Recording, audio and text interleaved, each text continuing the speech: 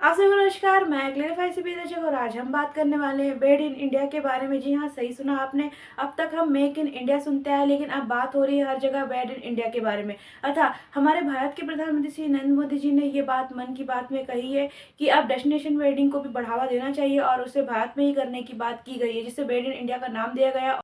और इसको बढ़ावा देने के लिए उन्होंने ये कहा कि अगर ये मेड इन इंडिया की थीम यहाँ पर कारगर होती है और अगर मेड इन इंडिया पर ही लोग वेडिंग को भारत में ही करते हैं तो इससे भारत की अर्थव्यवस्था को लाभ होगा और जिससे लाखों करोड़ों का जो कारोबार है वो भारत में ही होगा। लोगों को रोजगार मिलेगा, जिससे भारत की अर्थव्यवस्था सुधरेगी। साथ ही अभी जान लेते हैं कि आखिर भारत में मेड इन इंडिया की थीम पर भारत के प्रधानमंत्री श्री नरेंद्र मोदी जी ने ये बात किस उद्देश्य से कही है और ऐसा करने के लिए क्यों प्रोत्साहित कर रहे हैं। हर साल की तरह भी इस साल भारत में बहुत ज्यादा शादियां होने की उम्मीद जताई जा रही है, जिससे बहुत ज्यादा लाखों करोड़ों का कारोबार होने की उम्मीद जताई गई है। और जिसके साथ ही बदलते समय के साथ साथ देश में जैसे जैसे युवा और जोड़े जो कि बाहर जाके शादी करना पसंद करते हैं, जो कि देश के युवा और जोड़े होते हैं जिनको बाहर जाके डेस्टिनेशन वेडिंग करना बहुत ज़्यादा पसंद होता है, जिससे कारण वे विदेशों में जाके शादी करना पसंद करते हैं और लाखों करोड़ रुपए वहाँ पे अरबों खर्च कर देते हैं, जिससे भारत को तो कोई लाभ नहीं होता था। विदेशों में ये सारा पैसा चला जाता है और वहाँ खर्चा और वहाँ की सरकार को उसका प्रॉफिट मिलता है, लेकिन भारत के देश के लोगों के लिए ये कोई भी प्रॉफिट नहीं होता है, ना उनको रोजगार मिल पाता, जिससे भारत के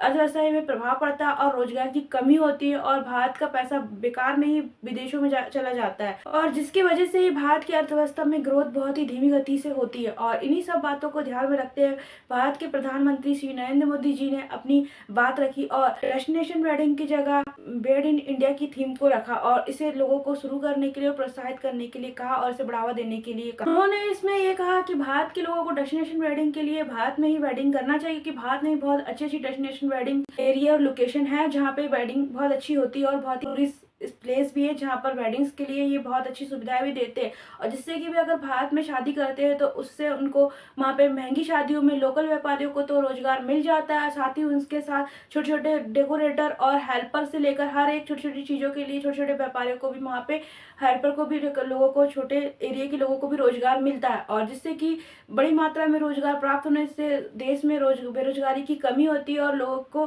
काम मिलने से देश में अर्थव्यवस्था में सुधार होता है और भारत का पैसा भी भारत में ही रहता है और भारत की अर्थव्यवस्था में बहुत ज़्यादा ग्रोथ तेजी से होती है और जिससे कि भारत को बहुत मात्रा में नुकसान नहीं होता। अधिक खर्चा होने से ज़्यादा विदेशों में जाने वाला पैसा अब भारत में ही आएगा और जिससे कि भारत के लोगों को इससे फायदा होगा और देश की अर्थव्यवस्था भी सुधरेगी। वेयर इन इंडिया का नारे का समर्थन करते हुए confederation of Indian traders CAIT ने भी कहा है कि विदेश में होने वाली शादियों में देश को दोहरा नुकसान होता है, क्योंकि एक तो भारतीय पैसा विदेश में खर्चा होता है और लोकल बिजनेस भी भारी नुकसान होता है और जिससे भारत की अर्थव्यवस्था बहुत भारी फर्क पड़ता है। जिसमें 26 नवंबर 2023 को पहली बार भारत के प्रधानमंत्री श्री नरेंद्र मोदी जी ने मन की बात में मेड इन इंडिया के नारे के साथ भारत के लोगों को विदेश में शादी ना करके भारत में ही शादी करने के लिए प्रोत्साहित किया था। अगर हम अन्य रिपोर्ट की बात करें तो उसमें देश में हर साल 5,000 से भी अधिक भारतीय शादी विदेश में होती है, जिसमें 1 लाख करोड़ से भी अधिक का खर्चा होता है और जिससे ज्यादातर शादियां डेस्टिनेशन वेडिंग भारत के बाहर विदेशों में होती है, जबकि जिससे भारतीय अर्थव्यवस्था को इससे कोई लाभ नहीं मिलता है। साथ ही अगर डेस्टिनेशन वेडिंग्स भारत के इन प्रसिद्ध जगहों पर होने लगे तो जिसमें